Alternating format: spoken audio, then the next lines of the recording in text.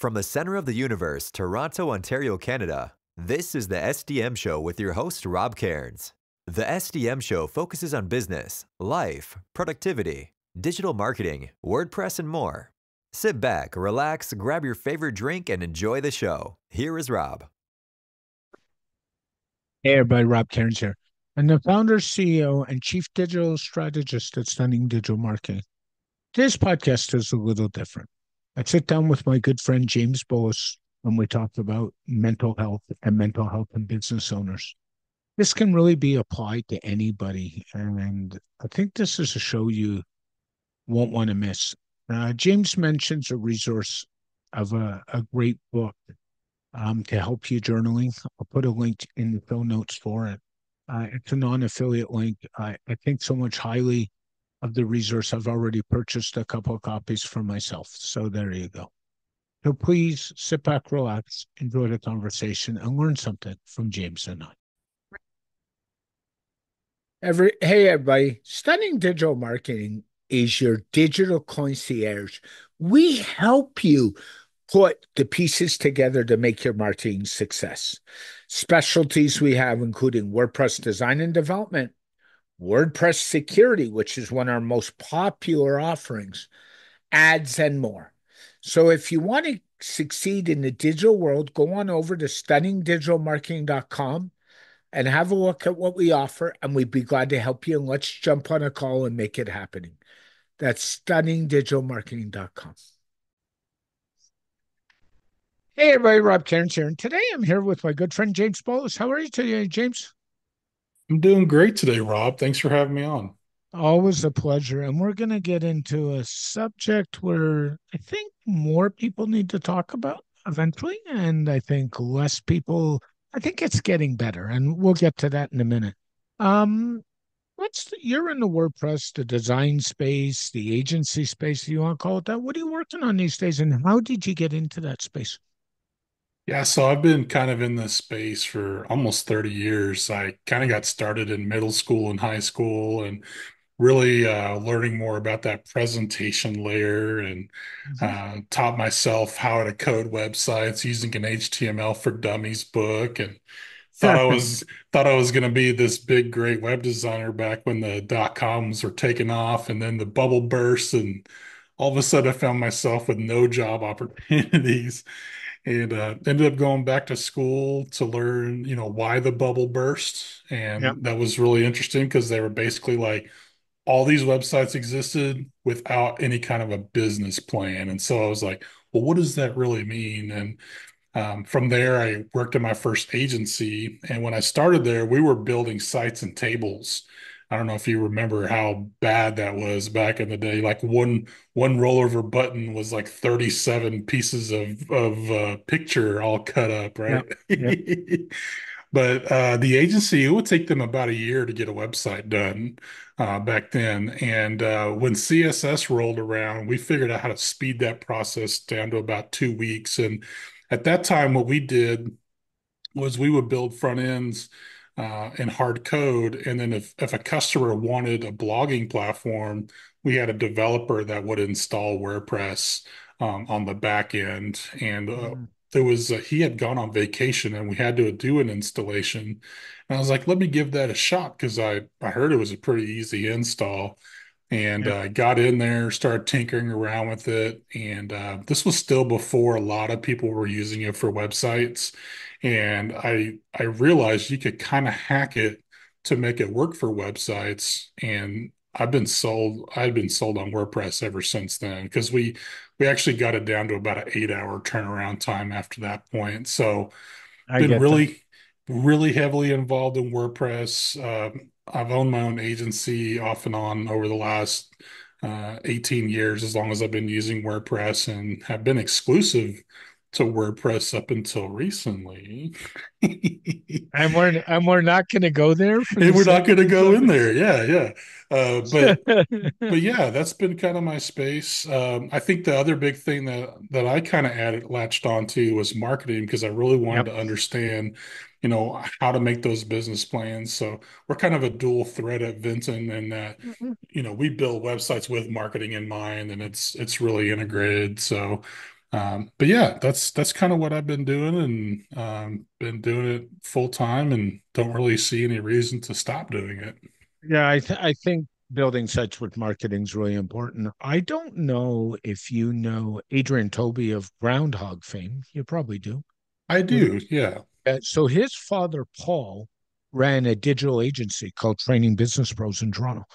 And back in the day when I opened up my agency through a client, I actually took some courses with Paul. Paul's become a good friend and a mentor over the years in this space. But the reason I mention it is what Paul teaches is having a website isn't good enough. You got to market. We know you got to get people there, and then they got to Yeah. convert because really a website is just part of your marketing toolbox as far as I'm concerned.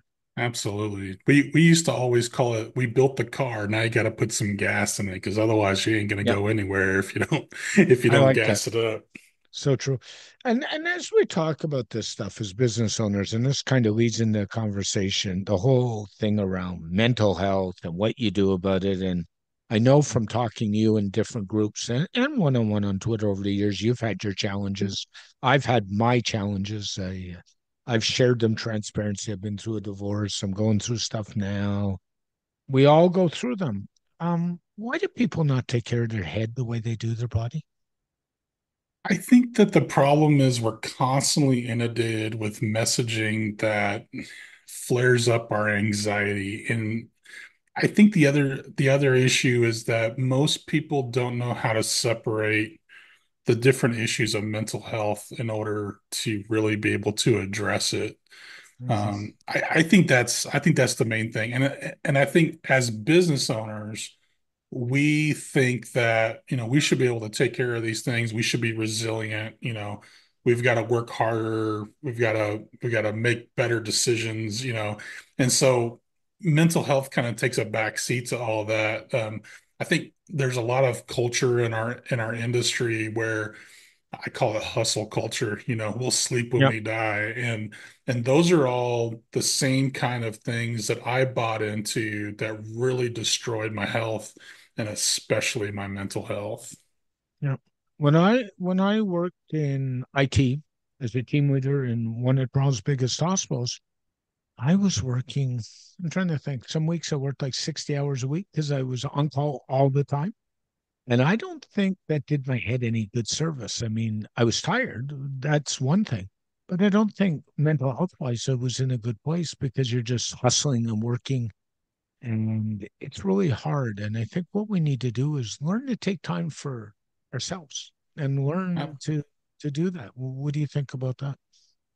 Yeah, I think the biggest we definitely need to take time for ourselves. There's all kinds of if we're practicing good mental health, there's all kinds of benefits like setting boundaries, Yep. stop people pleasing, things like that.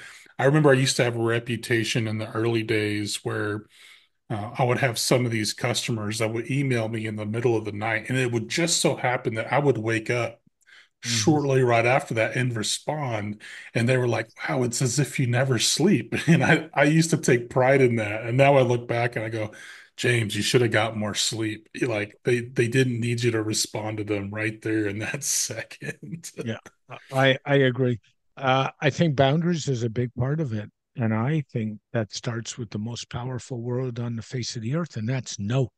I hate to Yeah. say it. Yeah. No is a complete sentence. You don't have to Yeah. explain yourself. No The, is the, just means no. and if you have a problem with that one, there's a really good book. I don't know if you've read it called The Art of Saying No. It's kind of out Hmm. there and it's an interesting read. And don't think when you say no to somebody, you need to qualify it. No is no, because I personally find when you qualify it, then you get into discussions. Well, why, when, where? Can I change your mind? I'm just not a big one on qualifying that. Yeah, it turns into a negotiation and you find yourself justifying, which just erodes at the boundary in and of itself. So yes, no is one of the most important questions that every business or answers every business owner should be able to respond with. Yeah. Do you journal, James? I went through a period during this process where I did some journaling, and I did it alongside of a book that I was reading, and every it was a daily read book, and it had journaling prompts, and that helped me dig deeper in. And really, what I did was I used the journaling to kind of give me a launch pad of things to discuss with a therapist. Yep. So like as I went through this process through this book and did those, it would spark memories of things that I would need to go and talk to my therapist about, and that was very helpful to me. Yeah, I find I still journal every day. I've probably journaled every day for the last 20 years pretty well. Oh wow. I might miss the odd day. I've had different incarnations. I started in on paper, then I moved to a Google Doc, and then about 3 years ago I moved to Day One app. And you know who owns Day One app? Automatic. Oh But yeah. But it's just easy because if you want to dump a picture in, you just add it.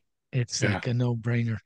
And then that's it's cool. in my hand on my phone, and I'm so mobile that when I'm out and about, if I decide to write something, I can just grab my phone and write it. I so like that. That's cool. Yeah. What else do you do besides journaling? Do you prioritize exercise? So I think for me, the biggest issue that I've had to address is anxiety. Yep. And stress is a great relief, or exercise is a great reliever for stress. Yep. But anxiety is kind of a different animal. And I think that as entrepreneurs, a lot of us suffer from more anxiety than we think that we do.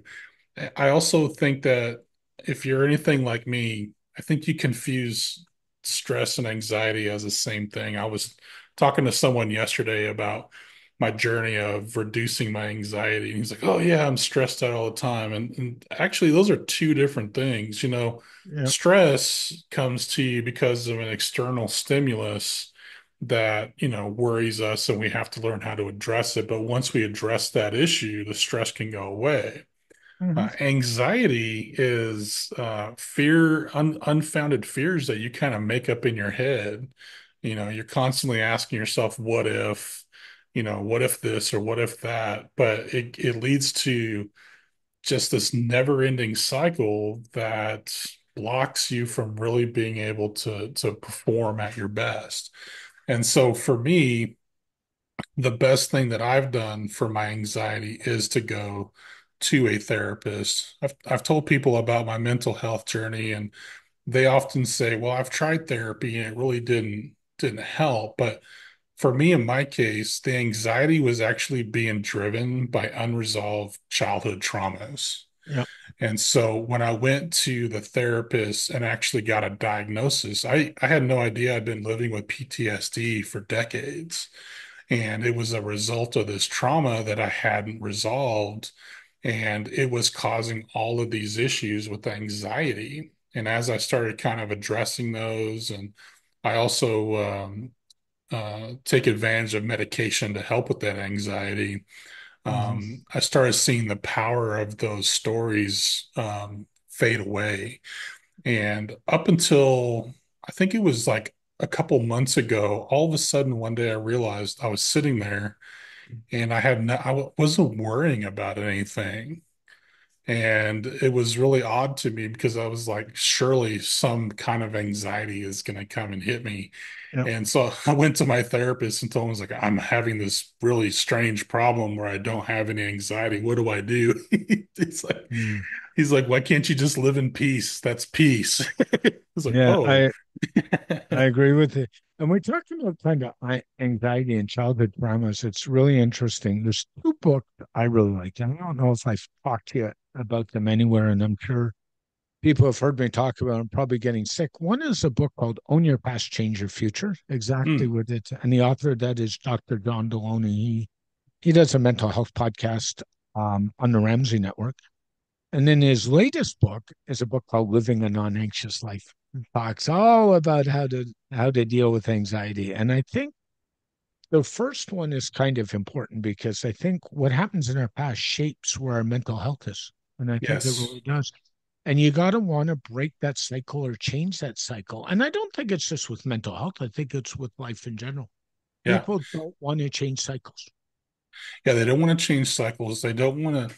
For me, it's been a journey of reevaluating how I respond to Yep. things. And because of my unresolved childhood traumas that I was dealing with, I would I would actually end up taking it out of my clients sometimes. And the Yep. reason being is because I was living in anxiety, which is you're living in fear.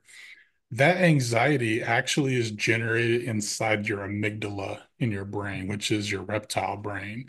And so if you're constantly living in anxiety, you would never actually escape that reptile brain to go into your prefrontal cortex, which is the part where you make healthy decisions that are based on data.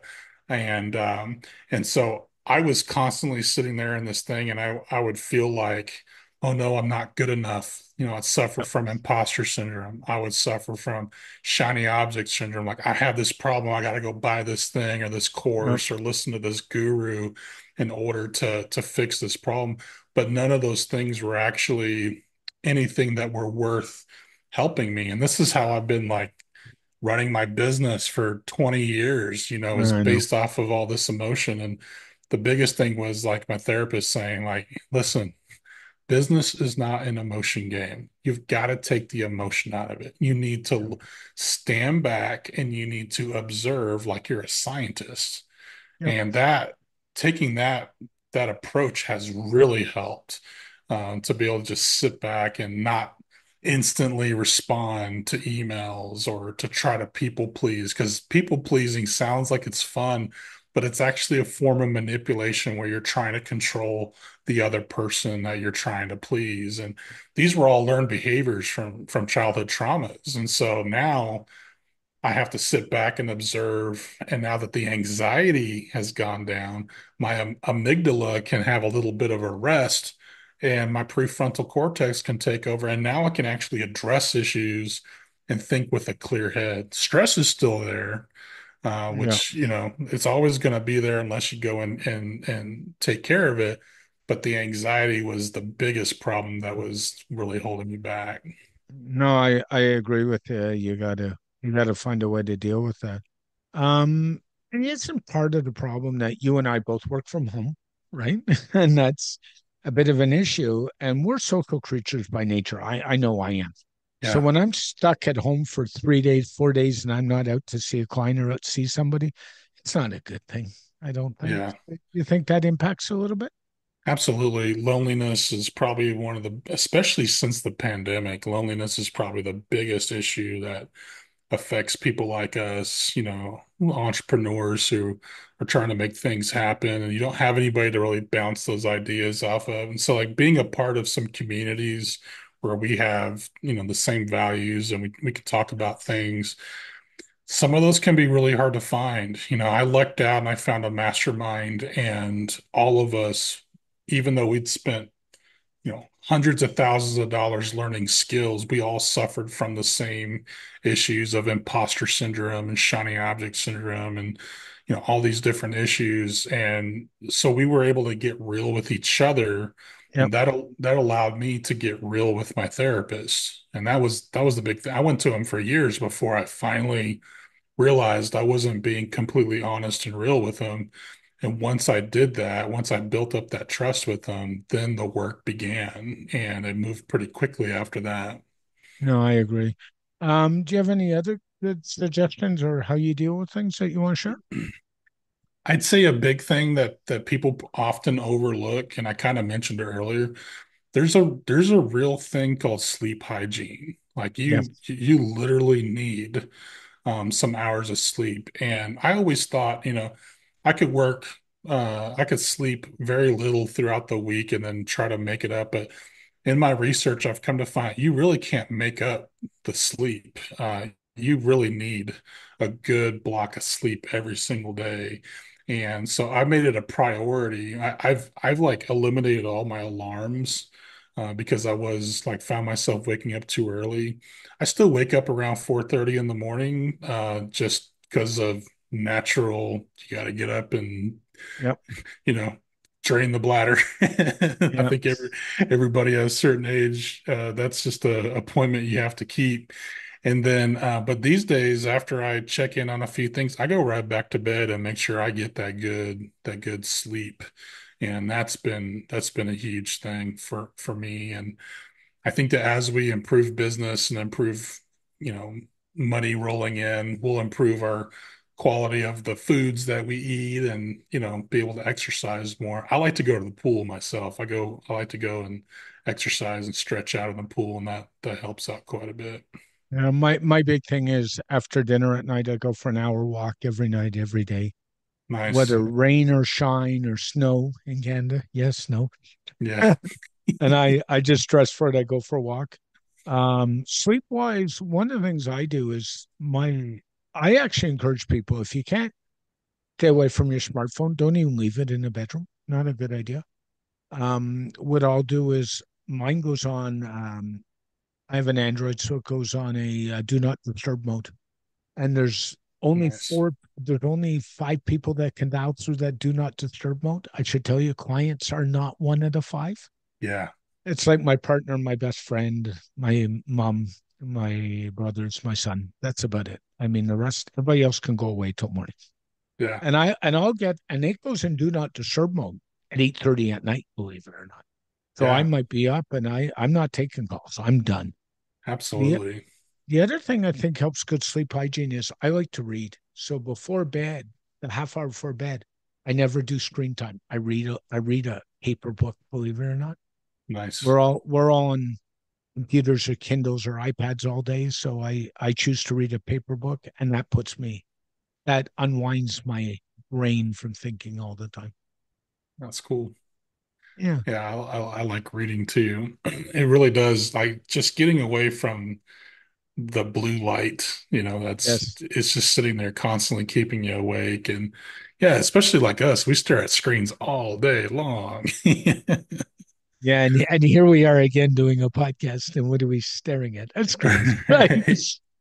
And eating's a big part of it too. And what I'll share is most of my listeners know I'm a diabetic. So eating's really important for me. Until I had this last flare up in February, which I was talking to you before we went to record, my breakfast habits were terrible again. So I'd skip breakfast every day, all day. I might grab a snack at 10 o'clock and then have lunch.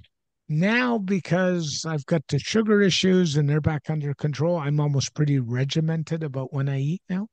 I'm Hmm. pretty well hard and fast. I have to eat at this time on this day and this time at this day, and it's much better that way. I was talking about getting out early and being a social creature. I have a standing client, one of my best friends, who owns a jewelry store, an independent store. And I typically will go there on a Wednesday. It's in the middle of the week. It gets me out of the house. I pretty well go every Wednesday, whether I need to or not. And the reason is just the headspace. Yeah. And when You I'm need there, I you need have the something free else to talk about, you or know. somebody else to talk to, Yeah, right? A- absolutely. And we're going to launch a major e-commerce site in February with probably 2,000 products, all drop Wow. shipped. Yeah, big deal. But that's not why I go. I go because it gets me away from this space where it's me, myself, and I, and Zoom calls and Slack chats. Not that I don't appreciate them, but they're not the same. You know. Yeah. I think That's the other thing that I've experienced as I've gone through this is it's made me reevaluate how we market to clients, or helping our clients market. In marketing, there are a lot of ways that we use to motivate buyers, Yep. and almost always fear is one of the fastest ways to get people to move. Fear of missing out Yep. is a very common tactic. And I realized that if every marketer out there is using these tactics, we are getting inundated, with these messages that make us feel less than, like, how many people I got to talk about you've got to get to 10K a month. Yep. Maybe some people don't need to make 10K a month. That's right. How many people are out there saying this piece of software is going to solve every problem you're ever going to have, but only if you buy it in the next 5 minutes, And so we've kind of reevaluated the way that we want to attract new customers. And instead of using fear as a catalyst, we're using empowerment and authenticity as a catalyst. And I think that's what people want. They want to be empowered. And even though fear is a great motivator, I don't want to contribute to the anxiety of other people anymore. What I'll tell you too is from my experience, fear-based marketing, I get some initial sales, but it doesn't build that long-term relationship. And I Absolutely. and I really care about long-term relationships with clients. I got a staple of clients. I was talking to one this morning who's been a client for 14 years. And Wow. yep, I've got some long-term great clients, and they're the ones who cause me no grief, believe it or not. All these Absolutely. new clients cause me all kinds of grief, and every day, all day. And I don't think like being fearful helps, because if everybody's doing it, I can stand out. And there's a really good book that I tout all the time. It was written in 2009, called The Inside Advantage by a guy by the name of Robert Bloom. I don't know if you've read the book, Hmm. but Robert talks about how you make your business different, and where how you need to stand out, and also not to fight the price battle to the bottom, because we all know where that one goes, right? Yeah. It goes to nothing. Yes. So I don't think fear is necessarily the solution. I think taking care of people and being known as somebody who's caring and empathetic is a better way to market your brand than being fear. I remember when I went through sales training, I did like a version of Sandler sales Yep. training. Yeah. And they have a process, because if you can walk through the process, you don't default to what we call commission breath. It's desperation, right? Mhm. And I think that if we as the business owner, or even as the marketer, are constantly living in anxiety, it's going to project desperation Yep. out there to who you're putting out there. And so if we in turn use that as our marketing tactics, it's going to be desperate. And like you said, those become short-term relationships, because once they realize it's not going to solve their problem, they're not empowered, it doesn't feel authentic, they're going to walk away. Um, so yeah, And truly, business and life is a marathon. It's not a sprint. And we yeah, need to realize that, we need to realize the best things in life take time. And the best things in life are worth investing that time into. Now, you might set up some short-term goals to help you get there so it doesn't look so bad, but it's still a marathon. absolutely. And we don't need to run the race of trying to get there as quickly as possible, because otherwise we suffer from burnout. And then you're where I was a couple of years ago. Like last year in the spring, I tell people I was utterly hopeless. Yep. I was literally sitting in front of my wife asking her, like, where does hope come from? Like, how can I generate this hope? Because it must be something that we can generate, and really is just I was burned out so much, and anxiety had just completely taken over my life, that I could not think straight. No, I get that. Do you have any real good resources online that anybody can kind of look at? Is there anything you looked at online to help? There was this book. I want to find that book. I think Sure. it's Sorry, on it's what I Am. get. It's what I get for putting you on the spot again. Well, I should have pulled this up already, but It's okay. someone recommended this book to me, and like I said, I started working through it, and I think I already bought it, so it's not in this list. It's a really great book. Basically, you're taking an inventory of, all the way that you think about things, and where you want your life to go. And it's a daily read, and has journal prompts to go along with it. Okay. And I'll see if I can find the book titled to come up with that. I see a lot of people talk about better health. That might be a good way to kind of get started. I've not Yep. used it myself, but I've had friends and family members who have, Yep. and it's a great way to get started.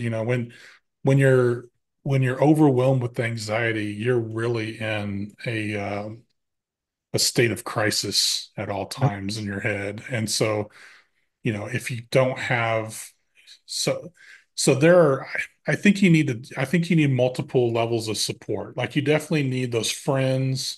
You definitely need those community members. You need, your family, if you have family that you can turn to. But I think there's something to be said about having a paid professional that it's their job to help you be able to think through some of these things Yeah. because they're trained in ways that all of us are not trained in. Yeah. Um, but the book is called Claim Your Power, and it's by Maston Kipp. And it was a great book to kind of get started. Another thing I figured out, I had no idea that. So I grew up in a military family, and I grew up overseas. And I realized that I was this thing called a third culture kid. And third culture kid basically means like you're living when you live abroad, and this affects uh, children of diplomats, children of missionaries, and children of military families that travel around abroad a lot. And it was this phenomenon called third culture kid. What it means is that you're in this different culture that's different from your parents' culture, and Hmm. you're trying to fit in. And because it's the only culture you know, you absorb that culture, and the parents don't necessarily teach you their culture. Okay. And so you're kind of raised in this culture, but then inevitably you end up coming back to, we call it your passport country. Yep. Yep. You end up back in your passport country. And so at 10 years old, I'm back in the States and I have no idea how to operate. Oh The God. culture is completely different. And my parents didn't realize that, they hadn't taught me a culture. And then to make matters worse, when we got out of the military and now we were living in civilian life, that was a big culture shock as well. So there was all these things. And had I not gone through this process and work with a therapist, I would have never known that Yeah. these were like things that I needed to address Yeah. and discover for myself. By the way, thanks to you, I just added another book to my soon to be my side table to be read. So there you Nice. go. I think you'll enjoy it. It's But definitely I yeah, would recommend, like, if you're thinking about going to therapy, I'd recommend starting with a book like that to just kind of get the juices flowing. But I strongly recommend getting that paid health advisor to call you out, because there could be some ways that you're thinking about the way that you respond, your behaviors that need to be addressed, and no, it doesn't take long to make the adjustments that you need. So yeah. The only problem with going to therapy, and let's be honest with you, it's expensive. It's not cheap. yeah, I've done it. You've done it. Um, a social worker in the Toronto area, not a psychologist. A social worker is about $150 Canadian an hour. Psychologists go up over 200. Better wow, help. Better help is about $400 a month, I think, right now. wow, I didn't know that. Give or take. So what I would say is, if you don't have a health problem, fine, or you're money strapped, some people are, go look online at local student therapists. And I know people are going to scoff at me and say that's a bad idea. I would actually argue the opposite, and I'll tell you why. I was listening to John Deloney, who I talked about his books, but he also has a call-in podcast. And one thing he says is, if as a guy who's been a teacher, if you go to a student therapist, you don't just have the student looking at it, you have its professor looking at it too. So Yeah, you're actually getting more eyeballs on your case than if you went and saw. And we all see residents in a hospital. So why is right. this any different when you think about it? The key is to go get some help somehow. Yeah. That's interesting you said that because my daughter did that this morning. She's been trying to get in to see her therapist, but they're so packed. They're just so Yep. packed right now. Yep. But she was able to get in to see her student therapist on campus, and she looked like she really enjoyed it. So that's a really good tip. Yeah. I have done I've seen a counselor at least monthly for years. I've increased that to weekly. I went through a divorce so about 5 years ago, and I did Mm, I did weekly coming out of the divorce just to help me get. realize some things and realize it wasn't all my fault and realize where I stood. Sure. I'm back doing it weekly for some other reasons right now, which I'm not going to get into. And but the point of the matter is, if you got to increase or decrease the frequency, do it. But I think doing it monthly for me, it has been part of my health regime is going to see my endocrinologist or my family doctor or any other doctor I see. Yeah, absolutely. So I think that's the key. Do you have anything else you want to kind of leave a tip for? Yeah, I mean, I would just encourage you, if you are an entrepreneur, business owner, if you're even thinking about becoming an entrepreneur or business owner, I would strongly recommend that you evaluate your mental health and try to find some clarity before taking this on. Because if you aren't a business owner and an entrepreneur, this is incredibly harder than it looks like. I think a lot of people in our industry glorify because it is hard to do. And when you get wins, I mean, it is the highest high that you can possibly have to be able to help somebody and, exchange value. But I would strongly recommend that people, and I think the new generations understand that. I think the Mm. younger generations are understanding that, but strongly recommend that you have a plan for your mental health because if you get into this line of work and you don't, you'll find yourself doing some habits that are not going to serve you in the long run. And I think that if you can have your mental health under control, and in a good way, then you'll be light years ahead of all your competition. I think it's going to be a secret weapon for some people. I think it I, already is. I would agree with you. And I got to thank you for agreeing to jump on and having a hard conversation because this isn't an easy one. It isn't. Your transparency and your life experiences, like I see a lot of similarities and stuff I've been through, and that's why I wanted to have the conversation because this is so dear to my heart, like really is, and I appreciate you for willing to do that. A lot of people wouldn't, I, and I appreciate you having the opportunity to put something like this out because yeah, you and I know that, if this can help one person out there, just be able to have that hope and be able to perform better. You're going to serve better than ever before if you can get your mental health in a better state. yeah, so true. If somebody wants to talk to you about some agency work, where do they go, by the way? Yeah, so they can find me at vintonmedia.com. We named the company after Vinton Cerf. When I ended up going back to school, I found out about Vinton Cerf. He's one of the fathers of the internet and shot him an Yep. email. He actually responded back to me. Well, And what he responded back was I was asking him that when they were basically developing the technology and the infrastructure, did they have any idea that the commercial implications? And he responded back to say, we never envisioned the commercial implications of the internet. And so it's not spelled the same as his name, but it's kind of a homage to him. But mm, yeah, vintamedia.com.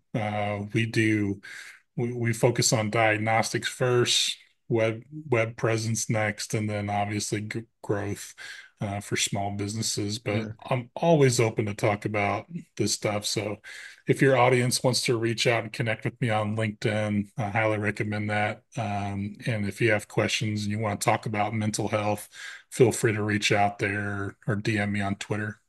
Isn't it always fun when you hear from one of the founders in your field? It's just so amazing. You're saying that, and I'm looking over on my shelf. I'm an old school business programmer before I Yeah, got into tech support. And on my shelf, there's a 1960s book called the KNRC Bible. You probably know it, Kernahan and Ritchie. And one of my profs gifted me when I graduated as a reward a first edition, and it sits on my shelf as a reminder to what that's meant to my career, and more importantly, what the prof mentioned to my career. He's still a good friend to this day. So, I you got know, books on my bookshelf back there, the same thing. I've got the yeah, copy of the HTML for Dummies book that I use to yeah. to learn. But yeah, it's good to have those reminders there. James, thanks for the conversation. I appreciate you so much. And thanks for sharing. You have an awesome day, my friend. Absolutely. You too. Have a great one. Thank you very much for listening to the STM Show. The STM Show is brought to you by Stunning Digital Marketing, your digital concierge. For all your digital marketing needs, especially WordPress security, jump on over to stunningdigitalmarketing.com and let's help you put the pieces together and make your business succeed in the marketing realm. That's stunningdigitalmarketing.com. A very special thank you to James for joining me on this edition of the STM Show. James, thanks so much for joining me as always, and thanks for your transparency and sharing your experiences. I know this was a hard show to do. This podcast is dedicated to my late father, Bruce Cairns. Dad, I love you. I miss you very much. And thanks for all the inspiration over the years and your caring, your understanding, and helping me grow as an individual. Thank you, Dad.